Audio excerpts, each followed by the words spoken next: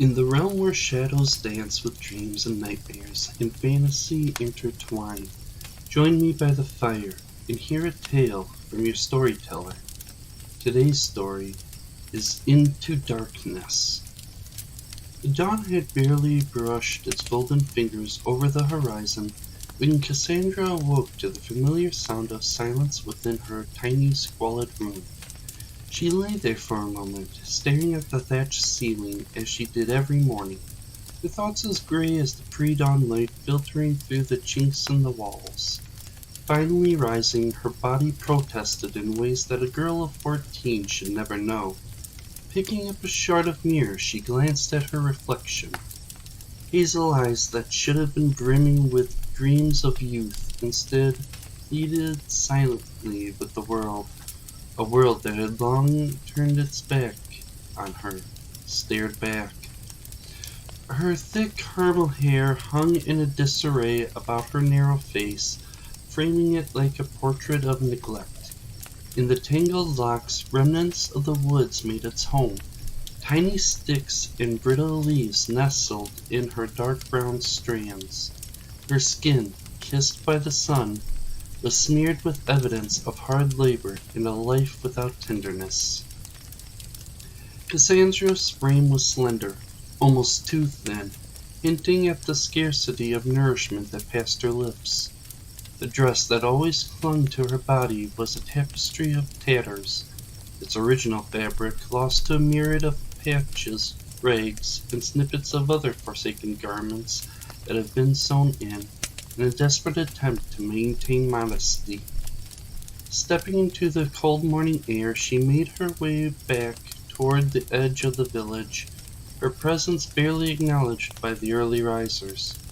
As she passed, she caught snippets of conversation, laughter, and the occasional scornful glance, but she wrapped herself in a cloak of invisibility, a skill born out of necessity.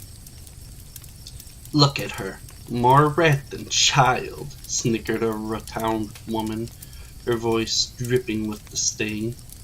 Cassandra pretended not to hear her, her eyes on the ground, but her words, sharp as thorns, pricked at Cassandra's already wounded soul. She hurried toward the woods, seeking solace in its eerie calm. The villagers spoke of the woods in hushed tones, telling tales of spirits and creatures that lurked within. But to Cassandra, the woods offered a reprieve from the harsh reality of her existence. As she ventured deeper into the thicket, the light dimmed and the air grew cooler. Here the trees were ancient, their twisted limbs reaching out like the hands of the dead. She moved with purpose, her feet knowing the way to the patch of berries she discovered seasons past.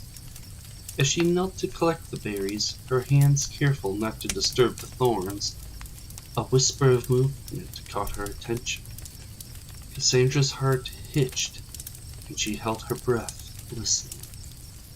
The woods were speaking today, their voices a rustling of leaves and a soft tread on the forest floor. "Who's there?" she demanded, her voice a mixture of fear and defiance. Her response was the sound of branches breaking and leaves crinkling as whatever was close by ran off. Cassandra waited a few more minutes to see if whatever ran away would come back. When it didn't, she brushed it off as being a rabbit or a squirrel, and finished picking the berries before making her way back home. Arriving back in the village, Cassandra almost dropped her basket of berries when a group of children ran past her, shouting and having fun. The children's laughter echoed through the village, a stark contrast to Cassandra's solitary existence. She watched them for a moment, her heart heavy with a longing she dared not acknowledge. Cassandra hurried toward the small hovel that was her room. Inside, the meager fire smoldered, casting flickering shadows on the rough-hewn walls. Cassandra set the berries on a worn wooden table and sat down on a rickety stool, lost in thought. As she contemplated the strange encounter in the woods, a chill crept into the room, causing the hairs on her arms to stand on end. She opened the window and looked around, but there was nothing in sight outside of the villagers, who paid her no mind. Thank you for coming. Until next time.